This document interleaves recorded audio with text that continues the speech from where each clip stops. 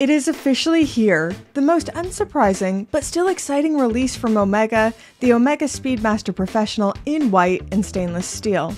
And even though this has been the worst kept secret since the moon swatch leaks, I think this looks so good and they could be onto a real winner here. Here's everything you need to know about this newest Omega release. Just launched today, this is the Omega Speedmaster Professional white dial in steel.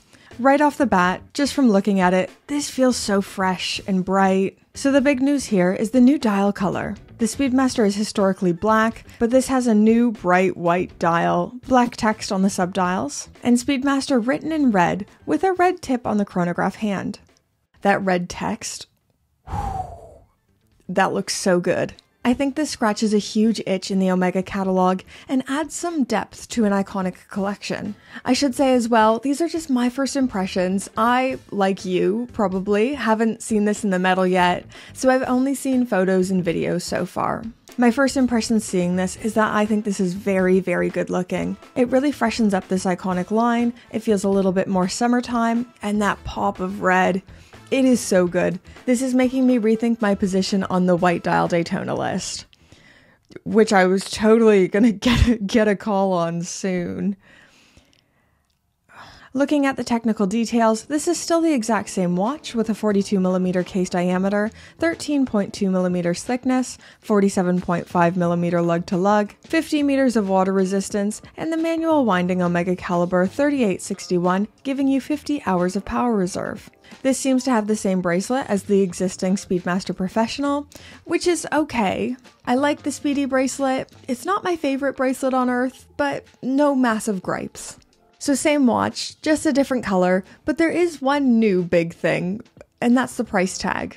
So these are retailing for £7,600 on the UK website, compared to the £7,500 for the black dial variation. This could be a taste of the price increases that are to come, but it is only a £100 difference. Seeing the Speedmaster in white does feel like a novelty, but also it's not. There is some precedence for this. The first time Omega created a white dial Speedmaster was in 1970 with the Alaska project. Then there is the Albino, which was introduced in 1997 for the Italian market. My husband used to own the Tokyo 2020 Olympics Panda dial. Then there's the older generation of the Snoopy, and so on. But also white does exist in the modern catalog as well, with the Speedy reduced in white, and a similar model in white gold, or Omega's proprietary Canopus gold. But even though the concept isn't new, the novelty is there, being available in stainless steel, and not a limited edition. As much as I love the Canopus gold, I don't have Canopus gold kind of money.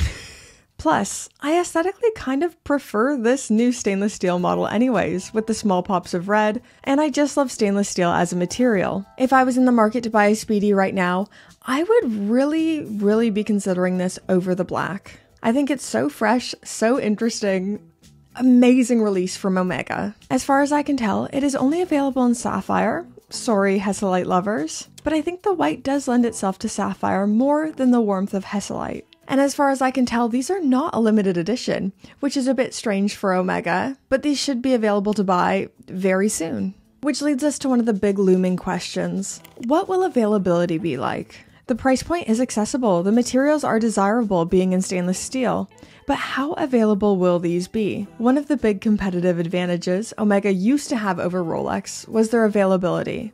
But in recent years, especially with the more desirable models, Omegas have been harder and harder to get, which is a shame because I know there's quite a lot of frustrated people on the Rolex Daytona waiting lists who would jump at a chance to get one of these. But if they do play the same games as Rolex, it's kind of like, nah.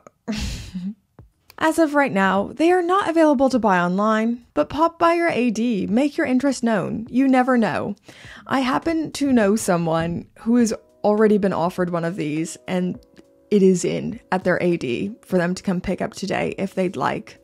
I don't know if it's available at all authorized dealers or if it's just Omega boutiques right now or what. So it doesn't mean they'll be available at yours, but it never hurts to pop by and make your interest known. Last thing to talk about, complaints, nitpicks, and as of right now, I haven't been able to find a single nitpick. I really don't have anything bad to say. I think this looks awesome, a lot of people are gonna love it. I just really hope it is available to buy and they don't play any silly games with these. My only other big lingering question is around Omega Days. Will there be an Omega Days this year? This makes me feel like there isn't going to be a specific calendar time where the brand releases all their novelties, and rather releases them sporadically throughout the year. Either way, I'm here for it. I think this is a massive win for Omega. But these are just my initial thoughts on seeing this news. I'd love to know yours. Let me know in those comments. And let's thank the fabulous, gorgeous, wonderful Pope tier patrons.